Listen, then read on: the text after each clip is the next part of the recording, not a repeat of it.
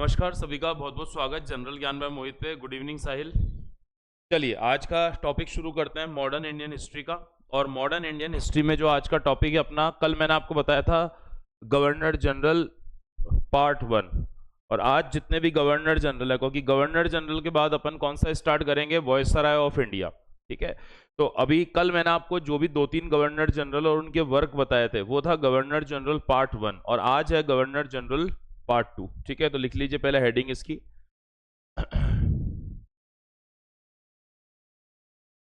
Governor generals part 2, governor generals part 2। ठीक है, आपको मैंने बताया था कि बंगाल का गवर्नर जनरल, हाँ विनीत वेरी गुड इवनिंग। अगर आपसे ये क्वेश्चन पूछता है कि बंगाल का गवर्नर जनरल बनने वाला पहला व्यक्ति कौन था, the first governor general of Bengal, or we can say the first governor general of British occupied area, तो इसका आंसर जो आपका होगा वो कौन सा होगा, वॉरेन हेस्टिंग्स। क्लियर हो गया था कल वहां तक जो भी मैंने आपको पॉइंट बताए थे। तो बंगाल का पहला गवर्नर जनरल तो था वॉरेन हेस्टिंग्स, और जब भी आपसे पूछा जाए कि जो बंगाल का पहला गवर्नर जनरल बना था वो कौन से एक्ट के अंतर्गत बना था, तो मैंने उस एक्ट के बारे में भी आपको बताया था, जो कौन सा था, 1773 रेगुलेटिंग एक्ट, 1773 का रेगुलेटिंग अधिनियम। ठीक है, और मैंने एक बताया था वॉरेन हेस्टिंग्स, और उसके काम कर लेना कॉर्नवालिस कर लेना। ठीक है, कॉर्नवालिस का पीरियड मैंने आपको बताया था 1786 से लेकर 1793, उसके बाद ये हट गया। फिर जब दोबारा कॉर्नवालिस बना था 1806, 5 या 6 में, तब उसकी तुरंत डेथ हो गई थी। तो हमें मेन कार्यकाल ये देखना है। अब अगला देखिए, इसमें जो आपसे क्वेश्चन पूछा जाता है गवर्नर जनरल में, जो अगला हो गया वो कौन सा हो गया, वेलेज़ली। गवर्नर जनरल में जो नेक्स्ट हो गया ये वेलेज़ली हो गया, और इसका जो पीरियड आपसे पूछा जाएगा तो 1798 से लेकर 1805। जो बता रहा हूं बस वो गवर्नर कर लेना, उसके अलावा अननेसेसरी जो कोई भी गवर्नर है उसको आपको करने की कोई किसी तरह की कोई रिक्वायरमेंट नहीं है, ये बात आप ध्यान रख लेना। ठीक है,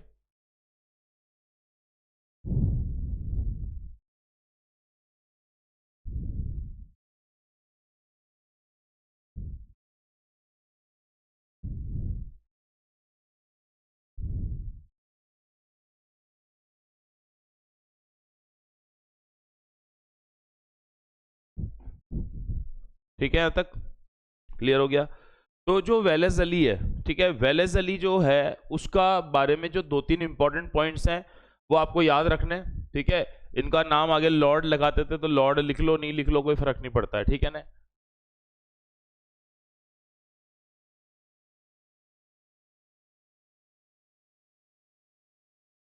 ठीक है। अब देखिए, सबसे पहले जो वेलेज़ली है इसे भारत में कहा जाता है सहायक संधियों का जनक। इसे भारत में कहते हैं सहायक संधियों का जनक।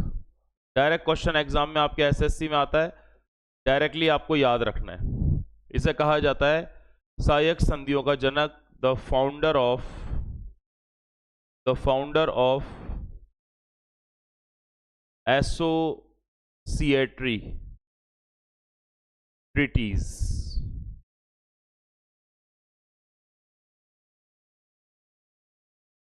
ठीक है, जो एसोसिएटरी ट्रीटीज होती थी उसका इसको क्या कहा जाता है, फाउंडर कहा जाता है। अब समझना, सबसे पहले क्वेश्चन आपका ये आता है कि ये जो सहायक संधियां होती है क्या होती है, ये जो एसोसिएटरी ट्रीटी होती है या जो सहायक संधियां होती है ये क्या होती है। ठीक है, तो आप पॉइंट समझना। देखो हुआ क्या, आपको पता है भारत में एक हिस्सा जो इंडिया का था उस पर तो ब्रिटिश कंट्रोल था। ठीक है, और इंडिया का जो दूसरा हिस्सा था वो जिसको हम कहते थे देशी रियासतें, यानी प्रिंसली स्टेट, क्या बोलते थे जिन्हें, देशी रियासतें कहते थे या प्रिंसली स्टेट कहते थे। और देशी रियासतों पर किसका शासन था, राजा महाराजाओं का। ठीक है, हुआ क्या कि जब मुगल सल्तनत का एंड होता है उसके बाद भारत में सबसे प्रभावी शक्ति के तौर पे ओरिजिन होता है मराठों का। पर मराठों का सबसे नेगेटिव पॉइंट यह था कि मराठे एक होके नहीं रहते थे, उनमें यूनिटी की कमी थी, और इसी यूनिटी की कमी के चलते मराठे भारत पर एक छत्र राज नहीं कर पाए। तो मराठों ने क्या करा, अपने छोटे छोटे गुट में कन्वर्ट हो गए, होलकर हो गए, भोंसले हो गए, सिंधिया हो गए, गायकवाड़ हो गए, ये सब मराठों की ब्रांच थी। मराठे क्या करते थे कि अलग अलग राजाओं पर अटैक करते थे और उनसे चौथ वसूली करते थे। मराठों द्वारा लिया जाने वाला एक बहुत इंपॉर्टेंट टैक्स था, इस टैक्स को कहते थे चौथ। चौथ का मतलब ही होता है, चौथ मतलब चौथाई, चौथाई का मतलब क्या होता है 1/4, या परसेंट में लगेंगे तो कितना हो गया 25%। तो उन राजाओं पर जिन पर ये अटैक करते थे उन्हें ब्लैकमेल करते थे, उन्हें बोलते थे अगर आपने हमें चौथ वसूली नहीं दी तो हम आपके राज्य में आके आपकी जनता के सामने आपकी बेइज्जतियां करेंगे, जनता के सामने आपकी इंसल्ट करेंगे। तो ज्यादातर राजा इस इंसल्ट से बचने के लिए उनको चौथ दे देते थे, ठीक है। वो जब अति हो गई, तो आपने देखा अब अति हर चीज की बुरी होती है, जब अति हो गई तो अंग्रेजों ने राजा महाराजाओं के सामने एक प्रस्ताव रखा और उन्होंने बोला कि आपको मराठे परेशान करते हैं, आपसे पैसे लेते हैं और फिर भी आपकी इंसल्ट करते हैं, तो क्यों ना आप हमसे सहायक संधियां कर लो, ठीक है। आप हमसे एक ट्रीटी कर लो, उस ट्रीटी को क्या बोला जाएगा, एसोसिएटरी ट्रीटीज, या हिंदी में क्या बोलेंगे, सहायक संधियां।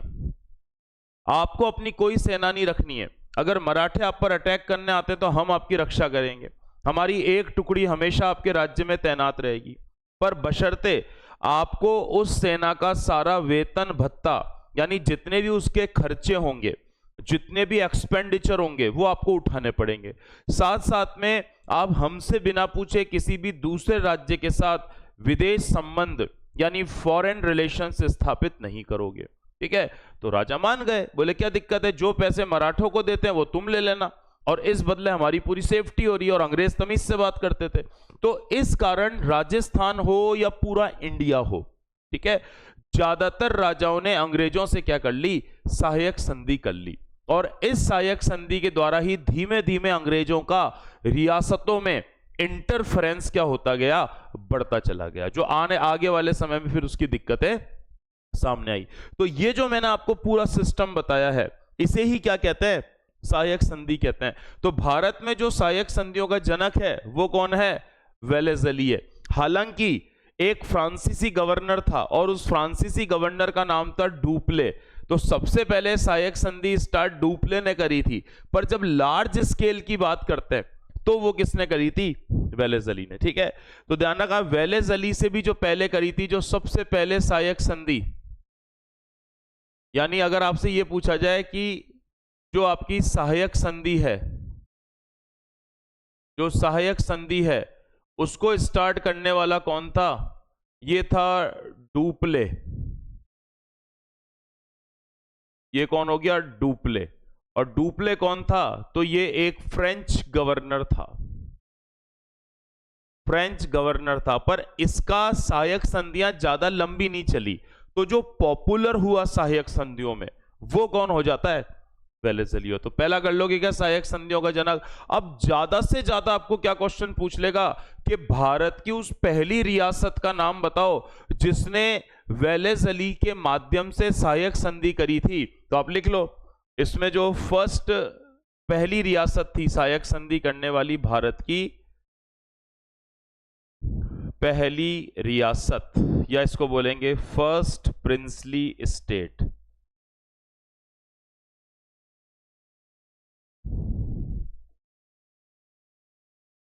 पहली रियासत या फर्स्ट प्रिंसली स्टेट, तो ये मानी जाती है कौन सी, हैदराबाद। फर्स्ट प्रिंसली स्टेट जो माना जाता है करने वाला, ये कौन सा हो गया, हैदराबाद हो गया, ठीक है। और आपको पता है हैदराबाद में किसका कंट्रोल था, निजाम का, ठीक है। तो इस पे लिख देना द निजाम डायनेस्टी, ठीक है, निजाम वंश। और ये वही निजाम है, आपने देखा है ना, जब आपको मैंने बताया था जैसे औरंगजेब की डेथ होती है तो हैदराबाद का सूबेदार कौन सा लिखवाया था मैंने आपको, चिनकिलीस खां। और चिनकिलीस खां का टाइटल उपाधि क्या लिखवाई थी आपको मैंने, निजाम उल मुल्क, वही है भाई साहब, ठीक है, वही निजाम वंश चल रहा है। क्लियर यहां तक? तो सहायक संधि करने वाली पहली रियासत थी ये, तो ये याद रह जाएगा आपको वेलेस अली में। ठीक है, दूसरा बात, इस वेलेस अली ने एक स्थापना की थी। वेलेस अली ने इसने सन 1800 में 1800 ईस्वी में इसने क्या स्थापित किया? Established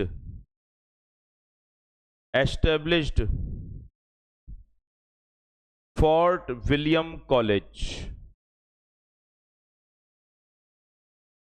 established fort William college. ठीक है, तो फोर्ट विलियम कॉलेज की स्थापना।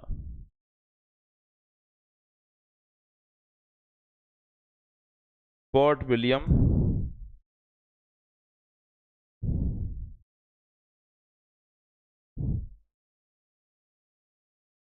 कॉलेज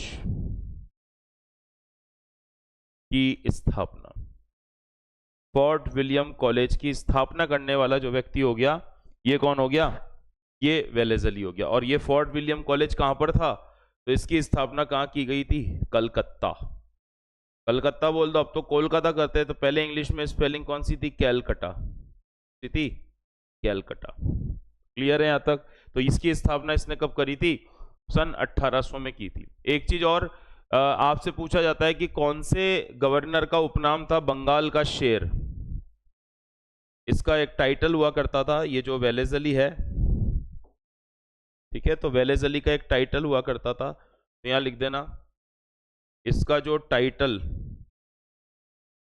या इसने अपने आप को जो उपाधि दे रखी थी, ठीक है, तो इसकी जो उपाधि थी वो क्या थी?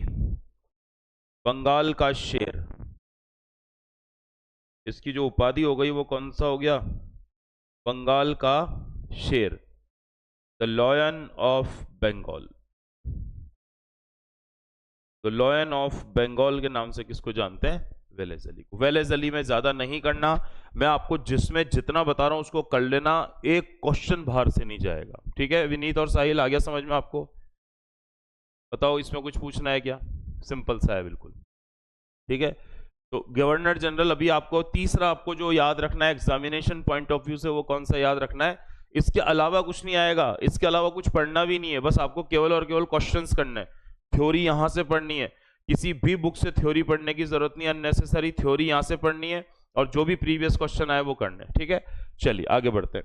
अब अगला बहुत सारा है, मिंटो आया, होर्डिंग आया, बहुत सारे आए, पर आपको अब सीधे जो याद रखना अगला, वो रखना है कौन सा? सीधे लॉर्ड विलियम बेंटिक। तो अगला लिखिए इसमें, अगला गवर्नर जनरल। अब यहां पर एक चेंज होगा, टर्निंग पॉइंट आएगा, ध्यान रखना, विलियम बेंटिक।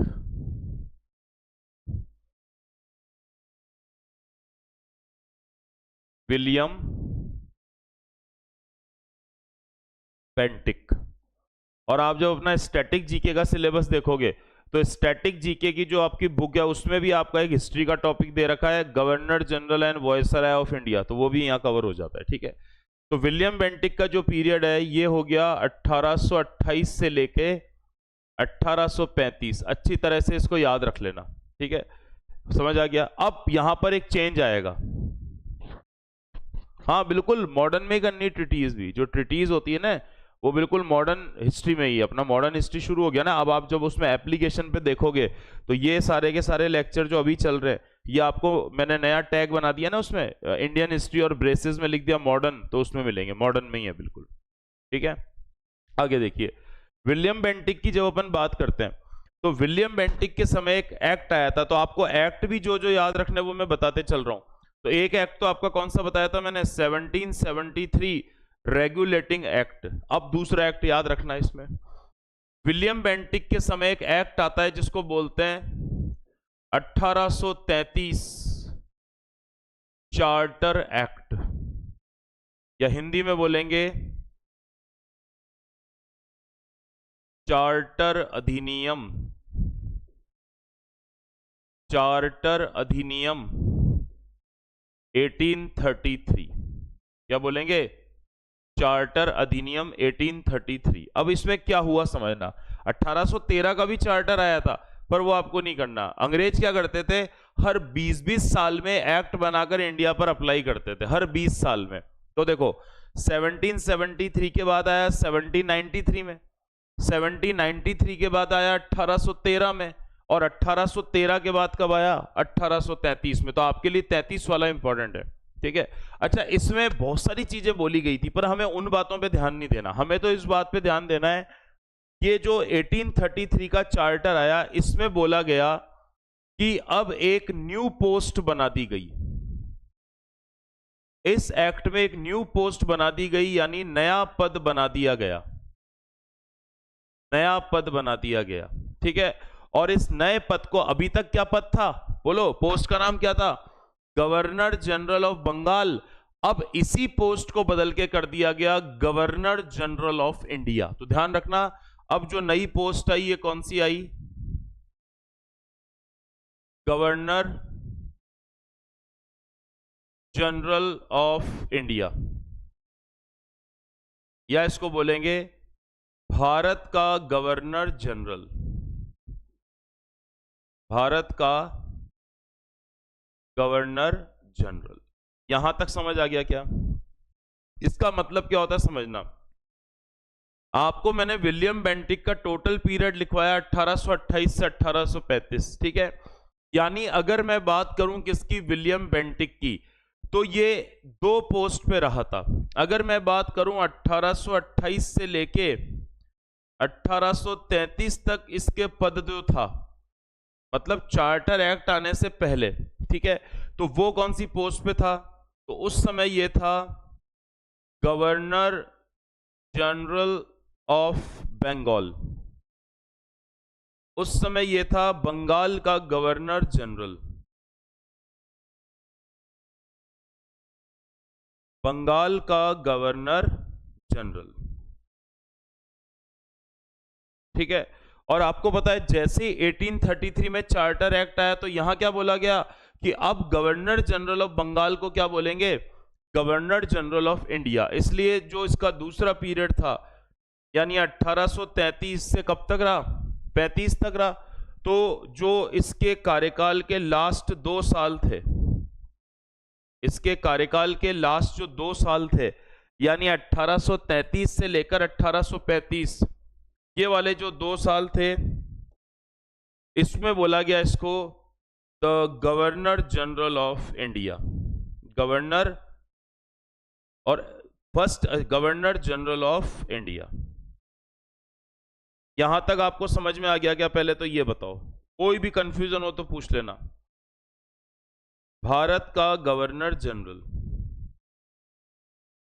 भारत का गवर्नर जनरल, ये आ गया होगा समझ में पॉइंट, ठीक है। अब यहीं पर आपको एक क्वेश्चन पूछा जाता है, आपसे पूछा जाता है कि देखो, 2 क्वेश्चन यही लिख देता हूं मैं। आपसे अगर पूछा जाए कि last governor general of Bengal, या तो ये क्वेश्चन पूछा जाए कि बंगाल का अंतिम गवर्नर जनरल कौन था, या फिर ये क्वेश्चन पूछा जाए कि first governor general of India, first governor general of India. इन दोनों का आंसर कॉमन है ना? बताओ कमेंट करके। देखो, ये लास्ट गवर्नर जनरल है बंगाल का, क्योंकि इसी के काल में पोस्ट का नाम चेंज हो गया, ठीक है, और यही पहला गवर्नर जनरल है इंडिया का। तो ये बोलना बिल्कुल सही है ना। आपसे पूछा जाए कि बंगाल का अंतिम गवर्नर जनरल कौन था, हिंदी में भी लिख देता हूं, देखो हिंदी में भी इसको लिख देता हूं, बंगाल का अंतिम गवर्नर जनरल, बंगाल का अंतिम गवर्नर जनरल, या फिर इसको हम ऐसे भी कह सकते हैं, भारत का प्रथम गवर्नर जनरल।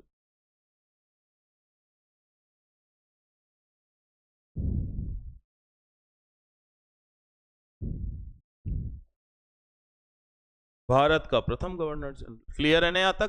तो इन दोनों का आंसर आपका कॉमन हो गया, कौन सा? William Bentinck. इसलिए जब भी हिस्ट्री में क्वेश्चन आता है ना, तो आपको बस केवल और केवल जो क्वेश्चन की लैंग्वेज है, केवल जो क्वेश्चन की लैंग्वेज है, उस लैंग्वेज को अच्छी तरह से ध्यान रखना है। तो ये दोनों पद इसी व्यक्ति के पास थे, ठीक है, ये तो हो गया। अब यहां पर पूछा जाता है कि विलियम बेंटिक के समय कौन कौन से इंपॉर्टेंट काम हुए थे जहां से बिल्कुल 100% क्वेश्चन आता है, तो वो लिखिए। देखो अब विलियम बेंटिक के समय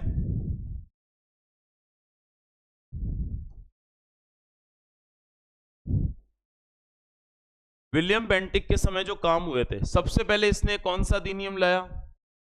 सती प्रथा, सती प्रथा निषेध अधिनियम, सती प्रथा निषेध अधिनियम, यानी सती रिचुअल प्रोहिबिशन एक्ट, सती रिचुअल प्रोहिबिशन एक्ट, मतलब सती प्रथा पर इसने कुल मिलाकर क्या लगा दी? रोक लगा दी। और सती प्रथा अधिनियम ये कब लाया था? 1829 में, 1829 में लाया था। और इस अधिनियम को लाने में इसकी जो हेल्प करी थी, इस अधिनियम को लाने में इसकी जो हेल्प करी थी, इसकी हेल्प जिसने की थी या सहायता जिसने की थी, उस व्यक्ति का नाम पूछा जाता है। और ये नाम आपको अच्छी तरह से पता है, कौन से व्यक्ति हो गए? राजा राम मोहन रॉय। तो राजा राम मोहन रॉय ने एक प्रस्ताव बनाकर गवर्नर विलियम बेंटिक को दिया। विलियम बेंटिक ने उस पर विचार करा और उसने बोला कि कोई भी महिला सती नहीं होगी, तो सती होने पर इसने रोक लगा दी। ठीक है, तो इसलिए इसकी हेल्प करने वाला व्यक्ति कौन हो गया? राजा राम मोहन रॉय।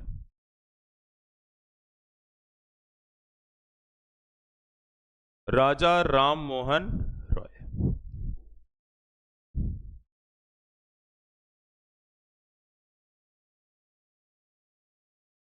राजा राम मोहन रॉय, यहां तक समझ आ गया? तो पहला काम तो इसने ये करा। अब दूसरा काम इसका पूछा जाता है कि इसने सेकंड काम क्या करा था? तो इसने ठगी प्रथा पर रोक लगा दी। ठगी प्रथा पर रोक। अब आप सोचोगे ये ठगी प्रथा कौन सी है? तो ये मैं इसलिए लिखवा रहा हूं क्योंकि कई एग्जाम में आपके क्वेश्चन आया हुआ है, और ये मानना अगर रेलवे में भी क्वेश्चन आया हुआ है तो वो निश्चित रूप से एसएससी में वापस से रिपीट हो सकता है। ठीक है, तो लिख देना इसमें स्टॉप ठगी रिचुअल। ठगी प्रथा क्या होती थी? इस पे इसने रोक लगाई 1830 में। ठीक है, इस पर तो लगाई 1829 में और इस पर लगाई 1830 में। एक चीज और याद रखना, ठगी प्रथा को रोक लगाने में विलियम बेंटिक की जो हेल्प करी थी, ठगी प्रथा पर रोक लगाने में विलियम बेंटिक की जो सहायता करी थी, ये करी थी कर्नल स्लीमैन ने। Colonel Sleeman.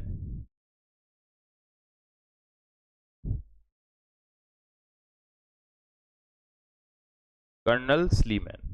ठीक है, ये दूसरा काम है इसके समय। और एक और आदमी का आपने नाम सुना होगा, लॉर्ड मैकाले। तो मैकाले की जो सिफारिशें लागू हुई थी वो इसी के काल से हुई थी। इसी ने तो बोला था कि भाई, मैकाले ने बोला था भारत में शिक्षा का जो मीडियम होना चाहिए, द मीडियम ऑफ एजुकेशन क्या होना चाहिए? इंग्लिश होना चाहिए। तो उसको इसने लागू कर दिया था। ठीक है, तो इसी के काल में लागू हुई थी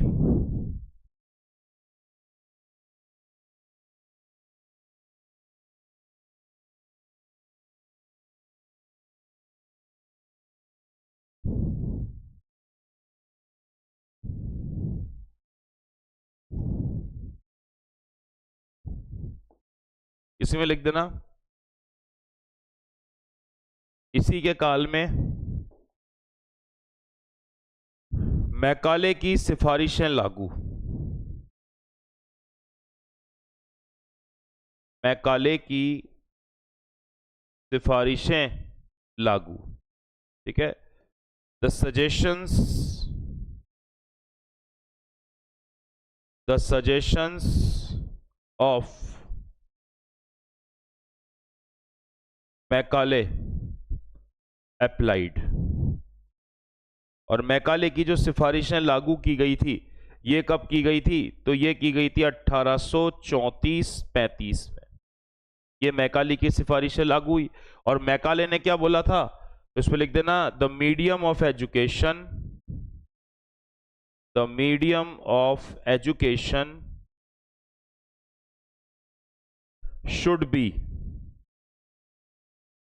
should be in English, should be in English, ठीक है। कि शिक्षा का माध्यम, शिक्षा का माध्यम अंग्रेजी होना चाहिए, शिक्षा का माध्यम अंग्रेजी होना चाहिए। इसने एक काम और करा था विलियम बेंटिक ने, जो सेना में धर्म, जाति, लिंग, रंग को लेकर जो भेदभाव था उसको, हाँ ये क्या बता देता हूं मैं आपको, साहिल, ठगी रिचुअल क्या थी। आपने देखा होगा अपने राजस्थान में एक जाति होती, कंजर जाति, कंजर जनजाति होती है, सांसी जनजाति होती है। तो ये लोग क्या करते हैं, क्रिमिनल केसेस से जुड़े हुए रहते हैं।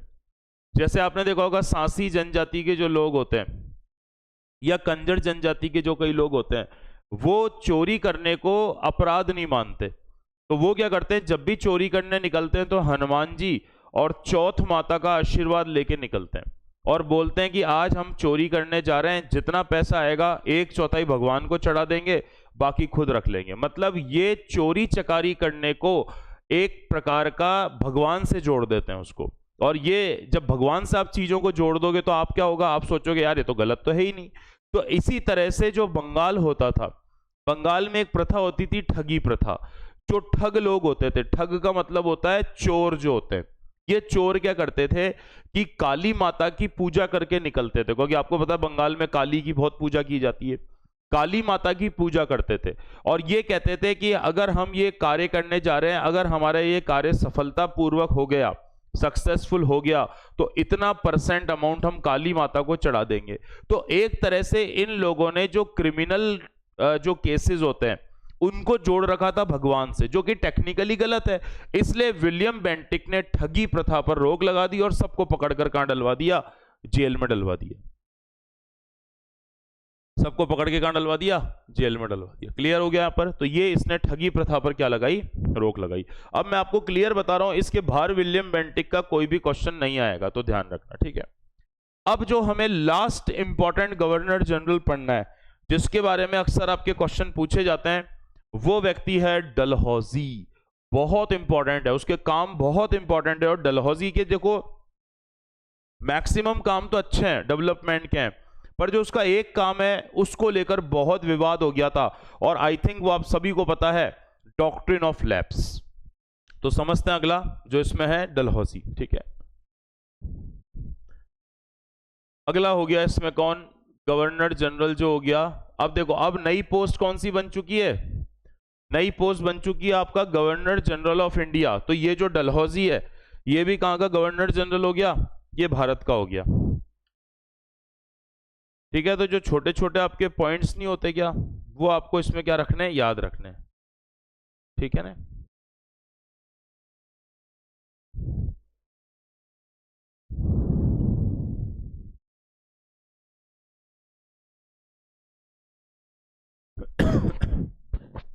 ठीक, चलिए अब देखो इसमें डलहौजी का जो पीरियड है ये हो गया 1848 से लेकर 1856। अगला इंपॉर्टेंट जो क्वेश्चन आता है वो किस पे आता है, डलहौजी पे आता है, ठीक है।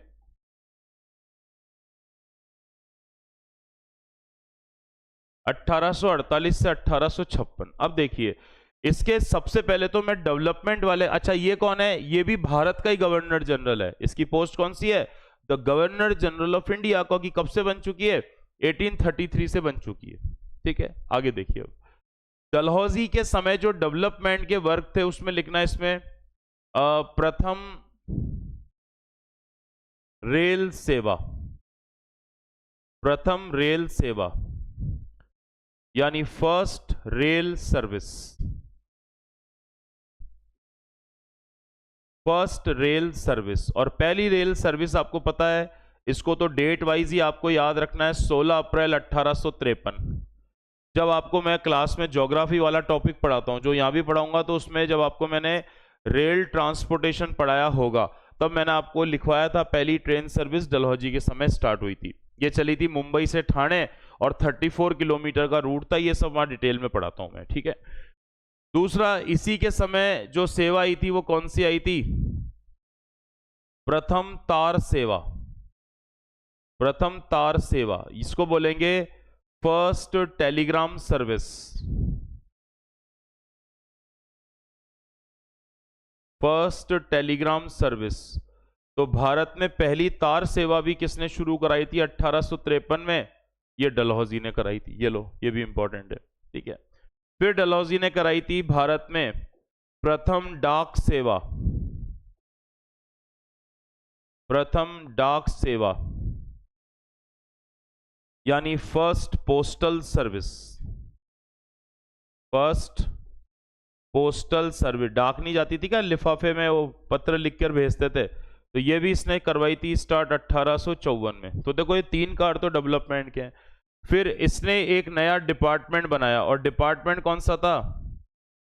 PWD department. इसने नया डिपार्टमेंट कौन सा बनाया? पीडब्ल्यूडी। पीडब्ल्यूडी का मतलब होता है पब्लिक वर्क्स डिपार्टमेंट। पीडब्ल्यूडी का मतलब क्या होता है? पब्लिक वर्क्स डिपार्टमेंट, जिसको हिंदी में अपन क्या बोलते हैं?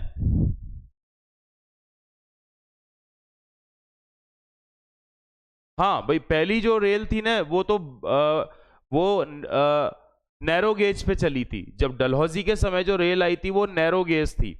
फिर आजादी के बाद मीटर गेज आई, और अभी आज जो आपकी ज्यादातर रेल की पटरियां है वो कौन सी है? ब्रॉड गेज है। आज ब्रॉड गेज है। जो डलहौजी के समय जो पहली ट्रेन चली थी जिसका नाम रखा गया था ब्लैक ब्यूटी, वो नैरो गेज थी, छोटी पटरियां होती थी, पटरियों के बीच का गैप होता था वो 0.762 और 0.610 मीटर होता था, ठीक है।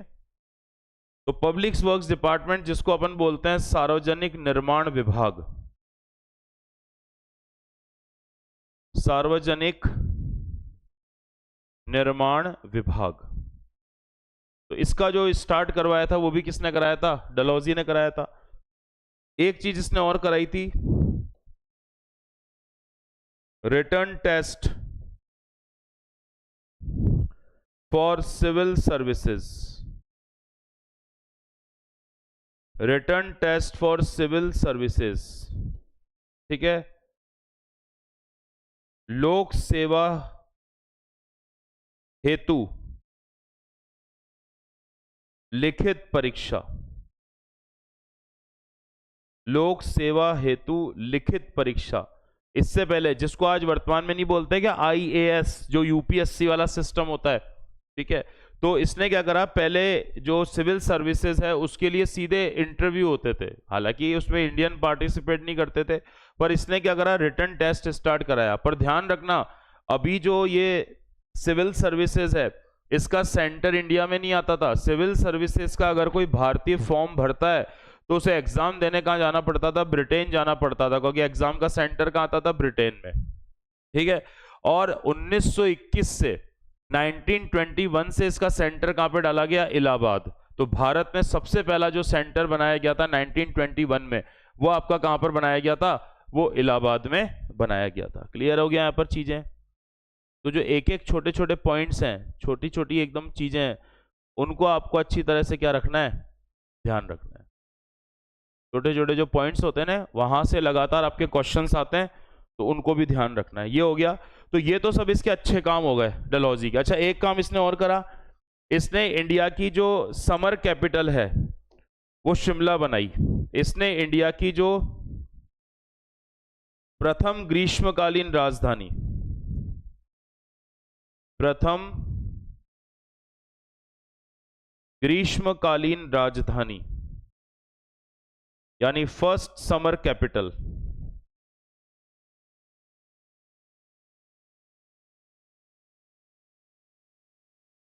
First summer capital.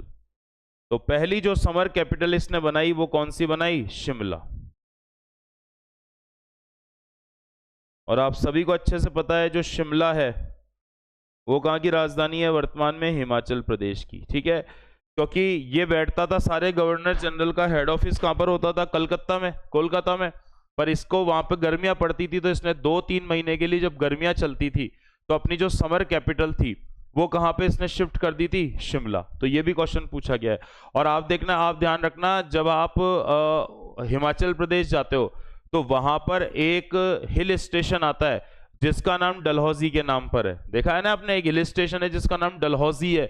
वो डलहौजी हिल स्टेशन हिमाचल प्रदेश में आता है। अक्सर ये वहां जाके रहा करता था, तो उस जगह का नाम इसी के नाम पर पड़ गया। ठीक है, तो ये तो सब इसके अच्छे काम है, मतलब डेवलपमेंट वाले कार्य हैं। अब जो इसका काम जिस पर सबसे ज्यादा डिस्प्यूट हुआ था वो था डॉक्ट्रिन ऑफ लैप्स। तो अगला लिखना इसमें, यहीं पर अगला जो इसका काम सबसे ज्यादा विवादित था,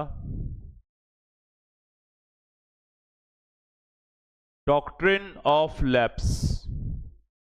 डॉक्ट्रिन ऑफ लैप्स को या तो एक कहा जाता है इसको राज्य हड़प नीति, इसको क्या कहा जाता है, राज्य हड़प नीति। ठीक है, या इसको क्या बोला जाता है, राज्य व्यपगत सिद्धांत, राज्य व्यपगत सिद्धांत, राज्य हड़प नीति या राज्य व्यपगत सिद्धांत। अब ये होता क्या था, ये ध्यान रखना।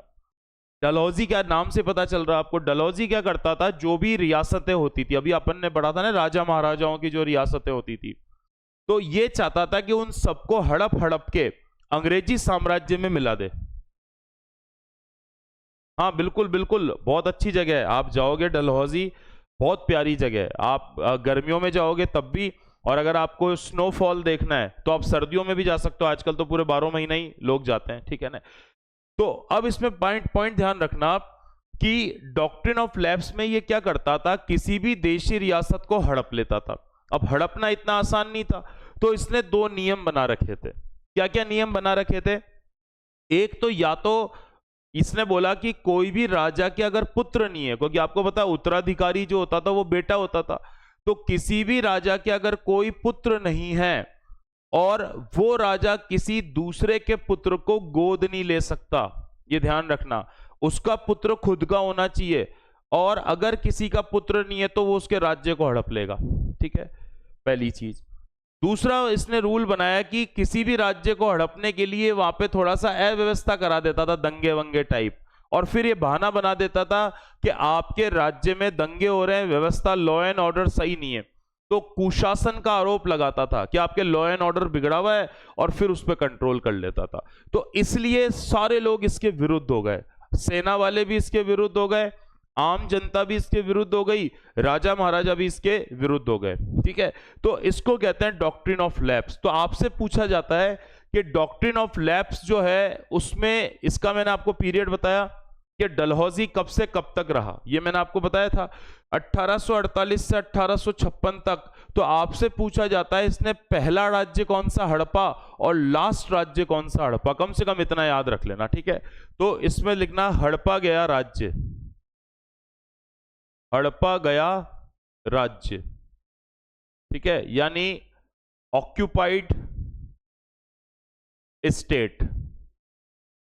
तो सारे आपको याद नहीं रखने, बहुत सारे हड़पे हैं इसने, अवध हड़पा, मैसूर हड़पा, राजस्थान में करौली वाला क्षेत्र हड़पा, उदयपुर का कुछ क्षेत्र हड़प लिया, झांसी हड़प लिया, अवध हड़प लिया, बहुत सारा हड़पा। तो पहला आपसे पूछा जाता है हड़पा गया जो पहला राज्य था, हड़पा गया जो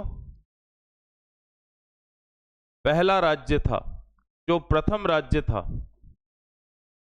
हड़पा गया जो फर्स्ट स्टेट था, ये स्टेट हुआ करता था सतारा। नाम ध्यान रख लेना, पूछा जाता है सतारा। और सतारा कहां पे पड़ता है, महाराष्ट्र। जो सतारा पड़ता है ये कहां पड़ता है, महाराष्ट्र। ठीक है, और एक पूछा जाता है कि हड़पा गया अंतिम राज्य कौन सा था, क्योंकि इसके बाद तो डॉक्ट्रिन ऑफ लैप्स पे रोक ही लग गई थी। अंतिम राज्य हड़पा गया, इसके द्वारा हड़पा गया जो लास्ट स्टेट था वो कौन सा था, तो लास्ट स्टेट इसने हड़पा था कौन सा, अवध। अवध ये लखनऊ के आसपास वाला क्षेत्र है जो वर्तमान में कहां पड़ता है, यूपी। ऐसे झांसी को भी हड़पा, जैसे इसमें पूछा जाए कि झांसी की रानी लक्ष्मीबाई थी ना, तो जो झांसी है ये कहां पड़ता है, यूपी में पड़ता है झांसी। और झांसी को इसने कब हड़पा था, 1800, ये तो हो गया 48, पहला राज्य इसने हड़पा था। सतारा कब, 1848 में, ये इसने हड़पा 1856 में और झांसी को हड़पा 1854 में। ठीक है, यहां पर हाँ, जब झांसी का वॉर हुआ था ना, मतलब 1857 की क्रांति हुई थी, तब गवर्नर जनरल आ गया कैनिंग, क्योंकि देखो ये 56 तक रहा, कब तक रहा? 56 तक। और 1857 का रिवोल्ट कब हुआ था? 57 में। और 57 में जब रिवोल्ट हो रहा था तो उस समय गवर्नर कौन था? कैनिंग था। कौन था?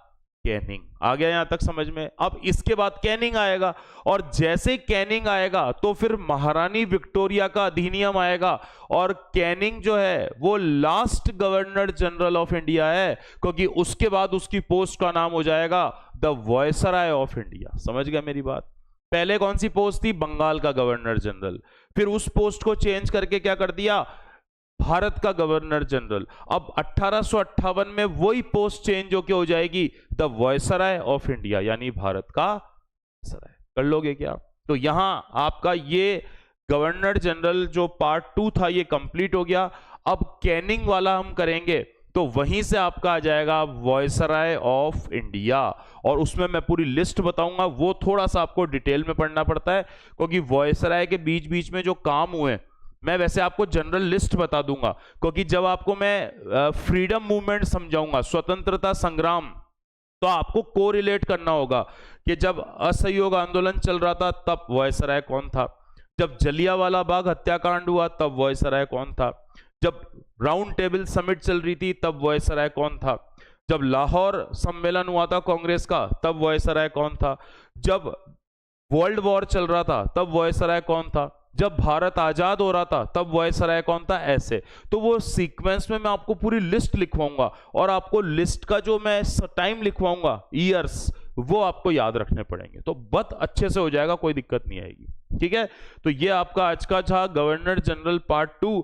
अब कल से हम इसमें पढ़ेंगे, वो पढ़ेंगे कौन सा? द वायसराय ऑफ इंडिया, जिसमें कुछ वायसराय का तो काम लिखवा दूंगा और बाकी का काम नहीं लिखवाऊंगा, उनकी लिस्ट लिखवाऊंगा, क्योंकि वो कवर होगा आपका फिर फ्रीडम मूवमेंट वाले जोन में। आ गया समझ में? कोई क्वेश्चन हो तो पूछ लो, नहीं तो फिर एंड करते हैं वीडियो। जल्दी पूछ लीजिए, अगर किसी को कुछ पूछना है क्वेश्चन पूछ लो, फिर एंड करते हैं इसको अपन।